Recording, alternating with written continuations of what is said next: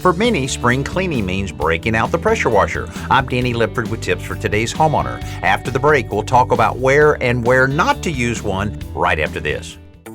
Nothing feels more like summer than bare feet on freshly cut grass. And this Memorial Day, the Home Depot has savings on all the things you need to get your lawn in shoeless shape. Get hassle-free cutting, trimming, and cleaning power with cordless lawn tools from Ryobi.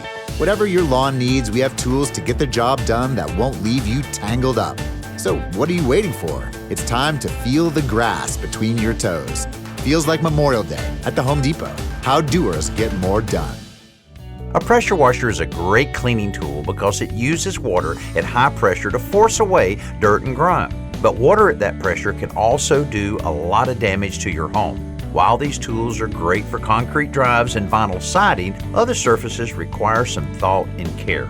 Wood, hardboard, and fiber cement siding can be cleaned with a pressure washer, but you must use caution. Using the sprayer too close to the surface can remove paint or gouge the material. The same is true for wood decks and fences. Keep a little distance away from the surface. Windows and doors, however, should never be cleaned with a pressure washer.